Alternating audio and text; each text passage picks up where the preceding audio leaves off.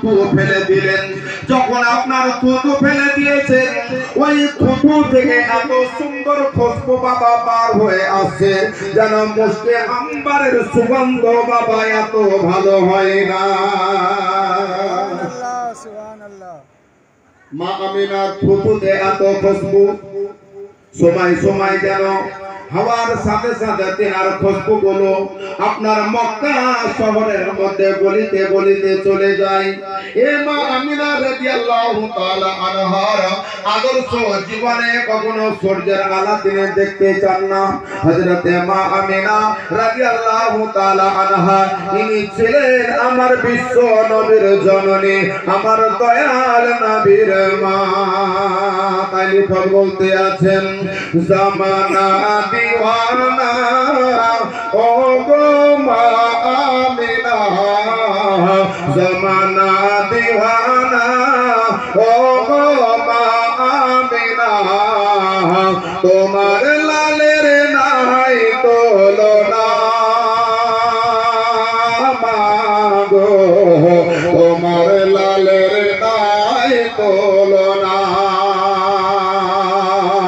জামানা দিওয়ানা ও গো মা আমিনা, জামানা দিওয়ানা ও গো মা আমিনা, তোমার লালের নাই তুলনা মাগো, তোমার লালের নাই তুলনা। মেঘে মাথায় ছায়া করে রোদ না লাগে গা,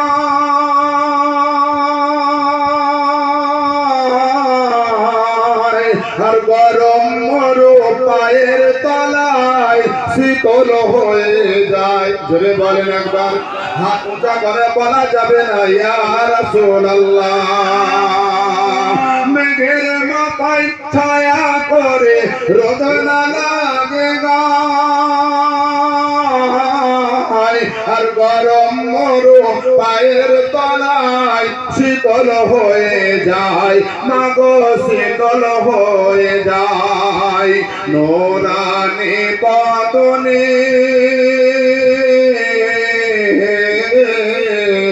নোরানি বদনে হাওয়া লাগে সরসরে, নোরানি বদনে হাওয়া লাগে সরসরে, খেজুর পাতা হিলাই সব ডানা। জোরে বলেন, খেজুর পাতা হিলাই সব ডানা মাগো, তোমার লালের নাই তুলনা। জামানা দিওয়ানা ও গো মা আমিনা, তোমার লালের নাই তুলনা মাগো, তোমার লালের নাই তুলনা। মদের নবীর জন্ম হলো যেদিন মক্কায়, আর সুবর্ণ গাছে ফুল ফুটিল মরু সাহারা। সুবহানাল্লাহ, সুবহানাল্লাহ। নবীর আগমন হয়েছে তো মরা গাছে বলে সুবহানাল্লাহ ফুল ফুটে ফলও ধরেছে বুঝলেন। ব্রাদার, আমরা সেই নবীর উম্মত, তাই তো নাকি বলেন? আচ্ছা, লেখক বলতে আছেন, মদের নবীর জন্ম হলো যেদিন মক্কায়, আর সুবর্ণ গাছে ফুল ফুটিল মরু সাহারায়, মাগো মরু সাহারায়। নবীর ইশারায়, নবীর ইশারায় গাছে এসে সালাম জানায়, নবীর ইশারায় গাছে এসে সালাম জানায়। আসমানের চাঁদ যাহার খেলো না, জোরে বলেন সুবহানাল্লাহ, সুবহানাল্লাহ। আসমানের চাঁদ যাহার খেলো না, খেলো না, খেলো না মাগো, তোমার লালের নাই তুলনা। জামানা দিওয়ানা, জামানা দিওয়ানা ও গো মা আমিনা, তোমার লালের নাই তুলনা মাগো তোমার লালের নাই তুলনা। আসলে আপনাকে একটা মজার কথা বলি বাবা, আমাদের কলেমার নাম কি বলুন, জোরে বলুন, কথা বলুন। মাশাআল্লাহ মাশাআল্লাহ, আলহামদুলিল্লাহ, শুকরিয়া। জি, শুরুতে বলেন 100 টাকা হিসাবে বুঝলাম। হ্যাঁ বাবজি বাবা, হ্যাঁ এই হাওয়া ফ্যানটা একটু দিকে ঘুরিয়ে দাও, আমাকে ফ্যান লাগবে না। এখানে 100 টাকা রাখ, ধরেন ধরেন না, কোন দিকে ধরছেন? 100 টাকা। আমাদের কলেমার নাম সকলে বলুন, কলেমার নাম সকলে বলুন না, জানা আছে না? লা ইলাহা ইল্লাল্লাহ মুহাম্মাদুর রাসূলুল্লাহ।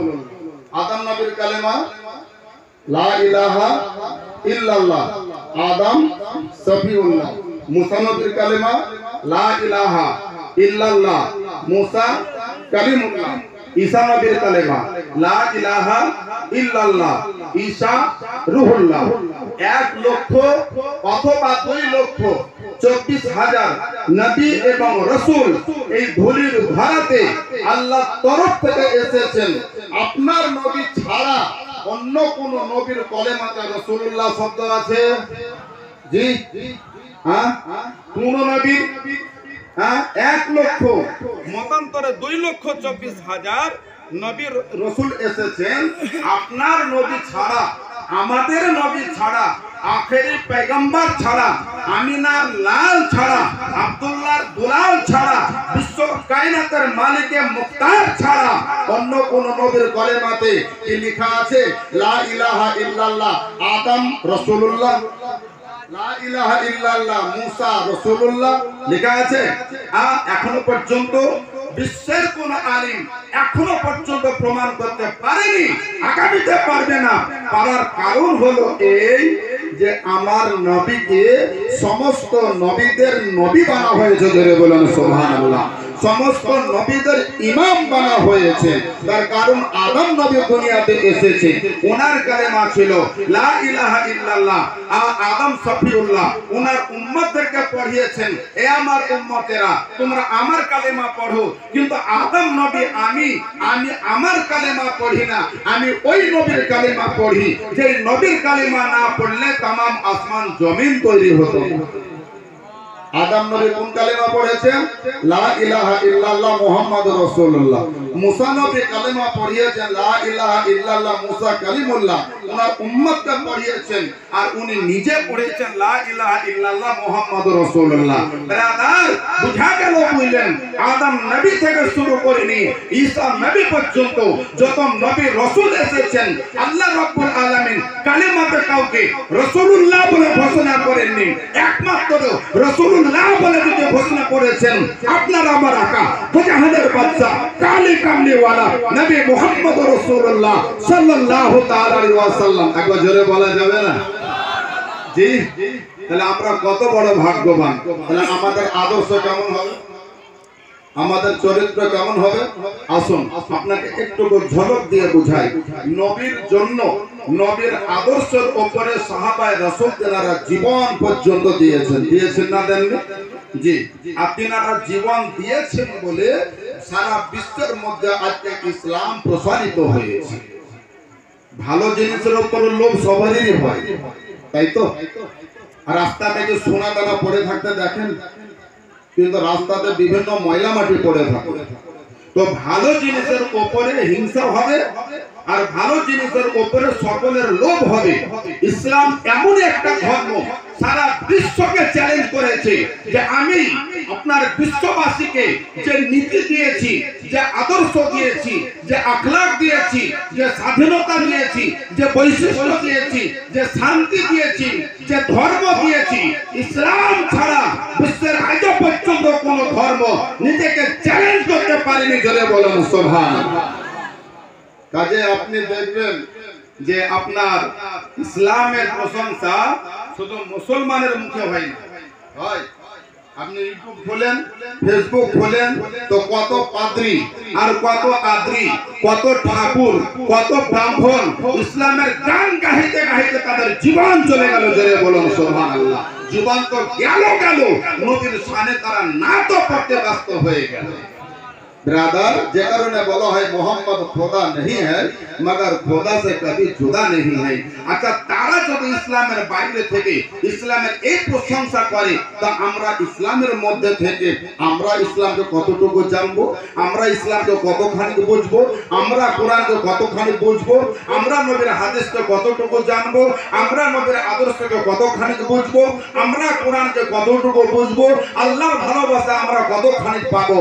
যদি প্রকৃত পক্ষে আমরা সকলে মিলে ইমানদার হয়ে যাই, দিনদার হয়ে যাই, পরিষ্কার হয়ে যাই, আল্লাহর হয়ে যাই, নবী মুস্তাফার হয়ে যাই, গৌসে পাকের হয়ে যাই, সাহাবায়ে কেরামের হয়ে যাই, কোরআনের যদি হয়ে যাই, হাদিসের যদি হয়ে যাই, তো দুনিয়া আপনার হবে। জোরে বলে, এই বিশ্ব জাহান আপনার হবে। ব্রাদার, কাজে আসুন, হ্যাঁ, নবীর জননী নবী পাকের মা খুব ফেলে দিয়েছে, মুশকে আম্বার সুগন্ধ হয়েছে, বাড়িতে পানি ছিল না, পানি আনার জন্য কলসি নিয়ে সুবহানাল্লাহ কুয়ার কাছে গেছেন। তো কুয়ার কাছে যেতে দেরি, আল্লাহর তরফ থেকে কুয়ার কিনারাতে পানি আসতে দেরি নাই। আবার কখনো কখনো ব্রাদার মক্কার মহিলারা পানি আনতে যেতেন, মা আমিনা পরে যেতেন, তো তারা এসে দেখতো কুয়ার পানি আপনার অনেক নিচে নেমে আছে। কিন্তু সুবহানাল্লাহ যখনই আমিনা যেতেন, তো আপনার আল্লাহর হুকুমে, আল্লাহর মহানির্দেশে, আল্লাহ পাকের মহা আদেশে কুয়ার পানি কিনারা বরাবর হয়ে যেত। বলেন, মক্কার মহিলারা বলতো, আমিনা তুমি পানি নিয়ে চলে যেও না, তার কারণ তুমি যদি পানি নিয়ে চলে যাও আমরা পানি পাবো না। ও আমিনা, তুমি সুবহানাল্লাহ থেকে যাও, আমাদের কলসিতে পানি নিতে দাও, আমরা তোমার কলসিতে পানি ভরেও দিব এবং ওই কলসি তোমার বাড়িতে রেখেও আসবো। জোরে বলেন না, হ্যাঁ, তোমার কলসিতে পানি ভরেও দিব, আবার ওই পানিটা তোমার বাড়িতে আমরা রেখেও আসবো। কেন? কিসের জন্য? আদর্শের উপরে, আখলাকের উপরে। কোরআন তাই বলেছে, লাকাদ কানা লাকুম ফি রাসূলিল্লাহি উসওয়াতুন হাসানাহ। ও আমার বান্দারা, আমি তোমাদেরকে একটা আদর্শ দিয়েছি, একটা চরিত্র দিয়েছি, একটা বৈশিষ্ট্য দিয়েছি। তোমরা মানুষ সকলের চাইতে তোমরা আলাদা, তোমাদের চলা হবে আলাদা, তোমাদের বলা হবে আলাদা, তোমাদের ধর্ম হবে আলাদা, তোমাদের ইবাদত হবে আলাদা, তোমাদের বন্দেগী হবে আলাদা, তোমাদের জিন্দেগি হবে আলাদা, তোমাদের কর্ম হবে আলাদা, তোমাদের চরিত্র হবে আলাদা। তোমাদেরকে দেখে সারা বিশ্ব জাহান শিখবে। জোরে বলুন সুবহানাল্লাহ। মুসলমানকে দেখে সারা বিশ্ব জাহান শিখবে। কিন্তু আজ মুসলমান শিখছে বলেন অমুসলিমের কাছে। কি বলেন ব্রাদার? আদর্শ কাকে বলে দেখুন। আল্লাহর নবী তো জাহানের বাদশা, তাজদারে মাদানী আহমদ মুস্তাফা, দয়ার নবী আমার সবে মাত্র কয়েকটা যুদ্ধ করে নিয়েছেন। 1 নম্বর বদরের যুদ্ধ করেছেন, 2 নম্বর উহুদের যুদ্ধ করেছেন, 3 নম্বর খাইবারের যুদ্ধ করেছেন, আর 14 নম্বর একটা যুদ্ধ হবে। ওই যুদ্ধটার নাম হলো আপনার মুতার প্রান্তের যুদ্ধ। খাইবারের ময়দানে আপনার ইহুদিরা এমন ভাবে মর্মাহত আপনার হয়েছে, এমন ভাবে মুসলমানদের হাতে তারা মার খেয়েছে। আপনার খাইবারের ময়দানে 60টা দুর্গ ছিল, 60টা দুর্গকে মুসলমানরা জয় করে নিল। ও ব্রাদার, এই রাগে তাদের বুক আপনার সুবহানাল্লাহ ফুলে উঠল। ইহুদিরা নিজের নিজের ঘর বাড়ি চলে গেল, তারা ভিতর ভিতর ষড়যন্ত্রণা আরম্ভ করে দিল। আমরা যতক্ষণ পর্যন্ত মুসলমানদেরকে আপনার মদিনা থেকে বিতাড়িত করতে না পারবো, আমরা জীবনেও সুবহানাল্লাহ শান্তি পাবো না। তারা ছিল রোমান। এই ইহুদিরা জীবনে কখনো ইসলামের বন্ধু নয়, ইহুদিরা ইসলামের কখনো আপন নয়, ইহুদিরা ইসলামের কখনো সুবহানাল্লাহ আপনার দোস্ত নয়। এরা প্রতি মুহূর্তে ইসলামের মারাত্মক মারাত্মক ক্ষতি করতে চেয়েছে, যা আমার দয়াল নবীর জামানাতেও করেছে। হঠাৎ করে আপনার রোমান সম্রাট আপনার 1 লক্ষ সৈন্য দিয়ে মদিনাকে আক্রমণ করার জন্য সৈন্য সমান্তর মদিনার দিকে রওনা করে দিয়েছে। গুপ্ত মারফতে নবীর কাছে বাবা সংবাদ চলে এলো, ইয়া রাসূলুল্লাহ, ইয়া হাবিবাল্লাহ, ওগো আল্লাহর নবী, আবার যেন আমাদেরকে আক্রমণ করার জন্য রোমান সৈন্যরা আবার মদিনার দিকে অগ্রসর হয়েছে। হুজুর, আপনি কি কোনো ব্যবস্থা নেবেন না? দয়াল নবী আবার তিনি মনে মনে ভাবলেন, আহারে, আমি নবী মক্কা থেকে এসেছি, মক্কার কুরাইশরা আমাকে থাকতে দেয়নি, মক্কার কুরাইশরা আমার উপরে তারা বিভিন্ন জুলুম করেছে, অত্যাচার করেছে, আমি নবীর মাথার উপরে তারা আপনার উটের ভড়ি পর্যন্ত চাপিয়ে দিয়েছে, আমি নবীকে তারা পাথর মেরেছে, আমি নবীকে তারা কত রকম অত্যাচার অনাচার করেছেন। মদিনাতে শান্তিতে থাকবো এই নিয়েতে সুবহানাল্লাহ নিজের জন্মভূমিকে ত্যাগ করেন আজকে সোনার মদিনার মাটিতে এসেছেন। বুঝলাম এখানেও সুবহানাল্লাহ আমাকে থাকতে দেওয়া হবে না, জোরে বলা যাবে না। নবী আমার বললেন, যদি তোমাকে বাঁচতে হয় লড়াই করেই তোমাকে বাঁচতে হবে, জীবন যদি তোমাকে ধারণ করতে হয় তোমাকে লড়াই চালিয়ে যেতে হবে। নবীর লড়াই ছিল ইসলামের পথের লড়াই, ন্যায়ের লড়াই, হকের লড়াই, আল্লাহর পবিত্র বিধানের লড়াই। ভাইয়ের নবী আমার আবার তিনি তৈরি হয়ে গেলেন, মদিনার গলিতে গলিতে সংবাদ দিয়ে দিলেন, শোনো রে, যদি তোমরা সুবহানাল্লাহ শান্তির ধর্মের মধ্যে বসবাস করতে চাও আর আমাকে যদি আল্লাহর নবী বলে যদি তোমরা মেনে নিতে পারো, আমি নবী তোমাদেরকে শান্তি দিয়েই ছাড়বো, আমি নবী তোমাদেরকে শান্তি দিয়ে ছাড়বো, তার বিনিময়ে তোমাদেরকে জীবন দেওয়া লাগতে পারে। সাহাবারা বললেন, ইয়া রাসূলুল্লাহ, ওগো আল্লাহর নবী, জীবন শুধু কেন, জীবন ছাড়াও আরো যদি কিছু দেওয়ার থাকে দিতে রাজি আছি। হুজুর, আপনি যেই দিন থেকে মদিনা এসেছেন, মদিনার মরা সুবহানাল্লাহ খেজুর গাছে খেজুর ধরেছে, আপনার উটের সুবহানাল্লাহ দুধ এসেছে, মরা ছাগলের সুবহানাল্লাহ আপনার দুধ এসেছে, আমাদের ঘরে ঘরে বরকত এসেছে, আমরা মানবতার জীবন পেয়ে গেছি। হুজুর, আমরা একটা নেতা পেয়েছি, যে নেতা কেবল মক্কার নেতা নয়, মদিনার নেতা নয়, শুধু আরবের নেতা নয়, কুল কায়নাতের নেতা পেয়ে গেছে। ইয়া রাসূলুল্লাহ, ওগো আল্লাহর নবী, বলুন আমাদের কি করা লাগবে? ও ব্রাদার, মসজিদ নববীতে নবী আমার আলোচনায় বসে আছেন, আপনার 1000 সৈন্য নবী আমার তৈরি করে নিয়েছেন, আরো 2000 সৈন্য যোগ হয়ে গেল, আপনার 1 লক্ষ সৈন্যের বিরুদ্ধে নবী 3000 সৈন্যর ব্যবস্থা করলেন। কত? ওইদিকে 1 লক্ষ, এইদিকে 3000, বোঝা গেল বাবা প্রতি 10 জন আপনার ইহুদি সৈন্যের বিরুদ্ধে একজন মুসলমান সৈন্যকে লড়াই করা লাগবে। প্রতি 10 জন ইহুদি সৈন্যের বিরুদ্ধে একজন মুসলমান সৈন্যকে লড়াই করা লাগবে। এটা কি সম্ভব? তাদের কাছে উন্নত মানের অস্ত্র আছে, তাদের কাছে ভালো ঢাল তরোয়ার আছে, তাদের বিভিন্ন অর্থ আছে, কিন্তু মুসলমানদের হাতে তেমন কিছু নাই, একবারে সাধারণ সাদা মাটা অস্ত্র শস্ত্র আছে। বললেন ব্রাদার, কাউরির হাতে একখানা তীর আছে, কাউরির হাতে একখানা বর্ষা আছে, কাউরির হাতে একখানা বন্দুক আছে, মাত্র গুটি কয়েক আপনার উট আছে, গোটা কয়েক আপনার ঘোড়া সওয়ার আছে, আর এছাড়া কিছুই নয়। মুসলমানদেরকে পায়ে হেঁটে হেঁটে ওই আপনার সুবহানাল্লাহ মুতার প্রান্তরে তাদেরকে যুদ্ধ করা লাগবে।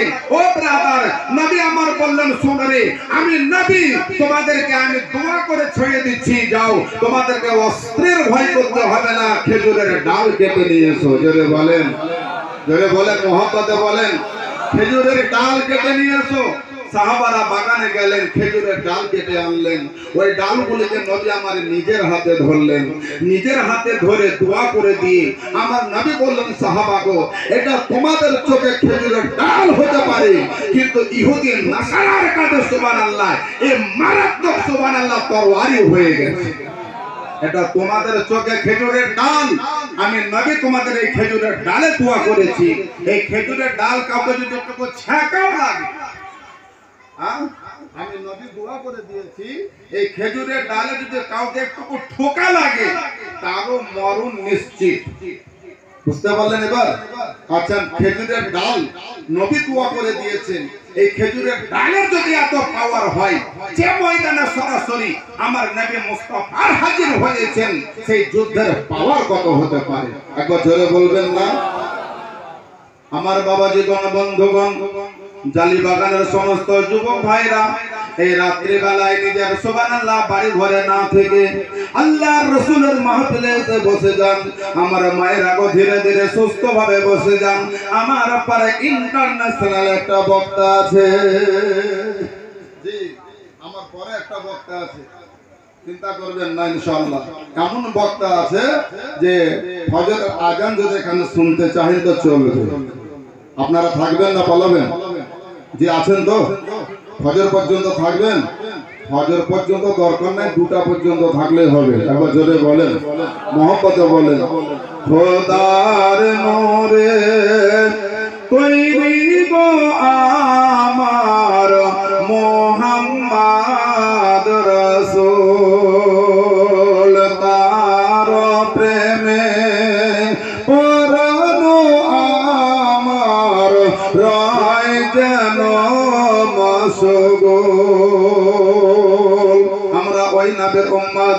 গজল বাবা গাহিব মেলা টাইম আছে বলেন, ওয়াজের ফিনিশিংটা একটু টেনে নিয়ে যাই। আমার নবী বললেন, শোনো গো, এই যুদ্ধের ময়দানে সুবহানাল্লাহ 3000 সৈন্যের ভিতরে আমি 3 জনকে সেনাপতি নিয়োগ করলাম।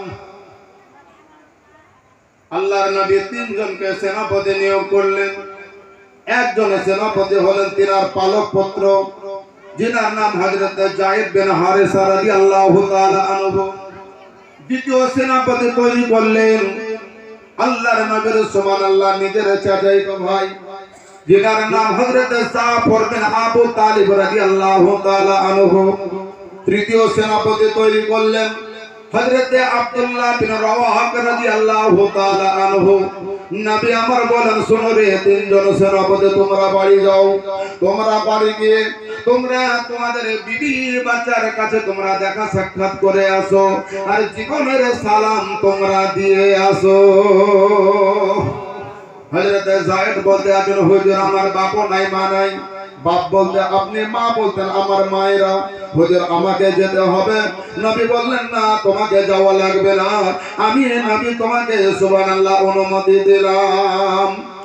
নবী পাকের নিজের চাচাতো ভাই হযরত জাফর বিন আবু তালিব রাদিয়াল্লাহু তাআলা আনহু, তিনি আপনার গেলেন, ও ব্রাদার বাড়িতে সুবহানাল্লাহ গেলেন। যখন বাড়িতে গেলেন তখন তিনার বিবি আপনার ঘরে বসে বসে আল্লাহর পবিত্র কোরআন তেলাওয়াত করে। একবার আস্তে করে বলেন সুবহানাল্লাহ। ও ব্রাদার, তিনার বিবি ঘরের মধ্যে বসে আল্লাহর দেওয়া পবিত্র কোরআন শরীফ তিনারা তেলাওয়াত করতে আছেন। আর তেলাওয়াত করা অবস্থায় তিনার স্বামী গিয়ে পৌঁছে গেছেন। স্বামীর দরওয়াজায় বলতে আছেন, বিবি রে, কোরআন শরীফ পড়া বন্ধ করো, আমি তোমার স্বামী হযরত জাফর বিন আবু তালিব রাদিয়াল্লাহু তাআলা আনহু এসেছে, আমার সঙ্গে ছোট্ট করে 2টি কথা বলো, আমার সঙ্গে সুবহানাল্লাহ একবার মোলাকাত করো। ও বিবি, আমি তোমাকে জীবনের শেষ দেখা দেখতে এসেছি, আমি তোমাকে সালাম করতে এসেছি। ও বিবি শুনো রে, আল্লাহর নবী আমাকে সেনাপতি নিয়োগ করেছেন। তিনার বিবি বললেন আলহামদুলিল্লাহ। তিনার বিবি বললেন আলহামদুলিল্লাহ। আলহামদুলিল্লাহ বললেন, বিবিকে সালাম দিলেন, বিদায় নেবেন। ইতিপূর্বে তিনারা বিবি বলছেন, স্বামীকে থামেন, একটু মহান প্রাণ ভরে আপনার জন্য দোয়া করি। ওনার বিবি আল্লাহর দরবারে দোয়া করছেন আর বলছেন, ওগো মাবুদ, আমার স্বামীকে তোমার পথে আমি ছেড়ে দিলাম। আমার স্বামীকে যুদ্ধের ময়দান থেকে তাকে আপনার গাজী বানিয়ে, একেবারে যুদ্ধের নায়ক বানিয়ে আবার তুমি আমার কাছে ফিরিয়ে দিও। হযরত জাফর বলতে আছেন, বিবি রে, এই দোয়া তুমি করো না। বলে কেন? এই দোয়া তোমার আল্লাহর দরবারে কবুল হবে না। বলে কেন কবুল হবে না? ও বিবি শোনো রে, আমি হলাম 2 নম্বর সেনাপতি, আমার আগে একজন আছে, আমার পরেও একজন আছে। ও বিবি শোনো, আমি নির্ঘাত একেবারে নিশ্চিত ওই জঙ্গে মুতার প্রান্তরে আমি শহীদ হয়ে দুনিয়ার বুক থেকে বিদায় নেব।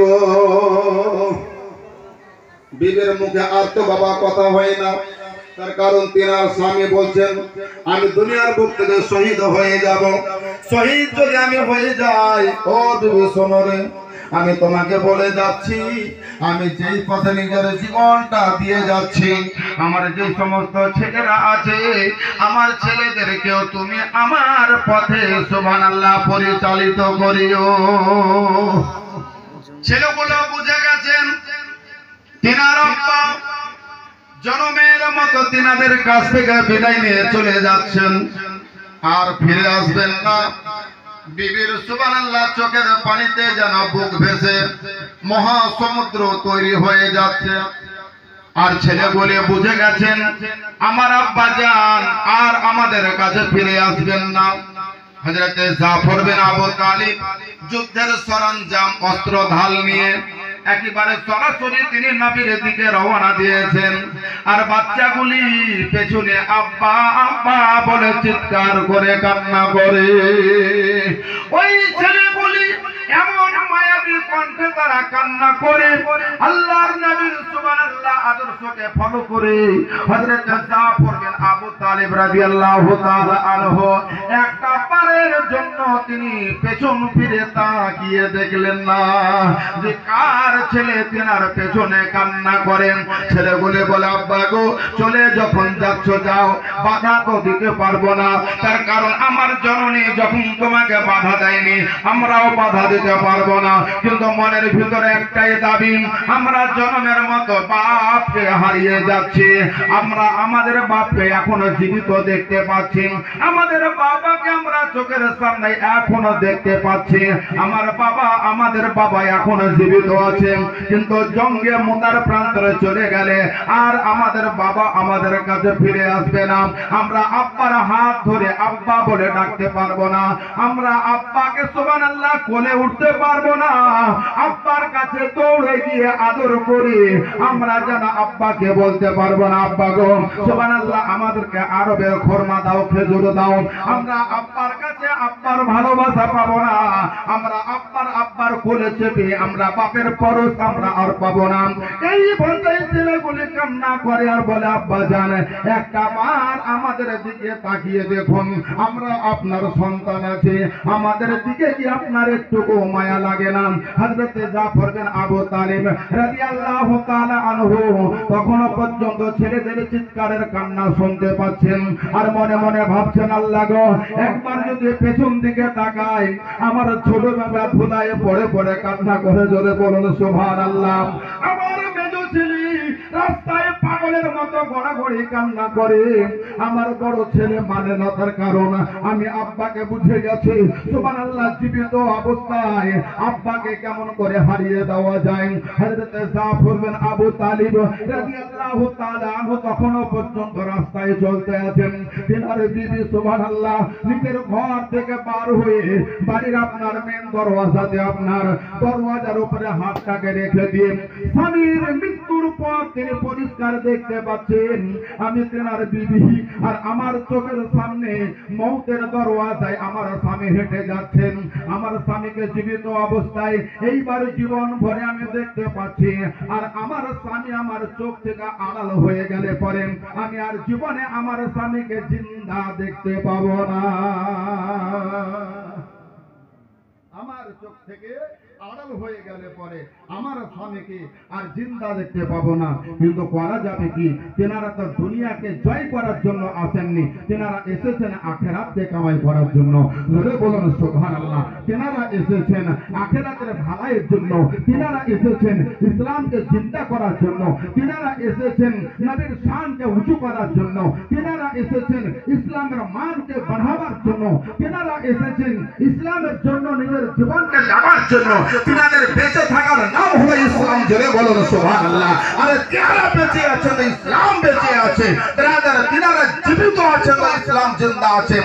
আর তিনারা জীবন দিয়ে ইসলামকে জিন্দা করে আজ আপনার ঘরে ঘরে কালেমার দাওয়াত দিয়ে গেছেন। জোরে বলেন ব্রাদার, কালেমার দাওয়াত আপনার ঘরে ঘরে দিয়ে গেছেন। আজকে হযরতে আপনার সাফ পড়বেন আবু তালিব রাদিয়াল্লাহু তাআলা আনহু নবীর দরবারে পৌঁছে গেলেন। আসুন আপনাকে আরেকটু বলি, আরো একজন সাহাবী যার নাম হযরতে আব্দুল্লাহ বিন রাওয়াহা রাদিয়াল্লাহু তাআলা, তিনিও গেলেন। একেবারে বাবা টাটকা বিয়ে হয়েছে, গতকাল বিয়ে হয়েছে, আজকে তিনি যাবেন যুদ্ধের ময়দানে। নবী তিনাকে 3 নম্বর সেনাপতি বানিয়েছেন।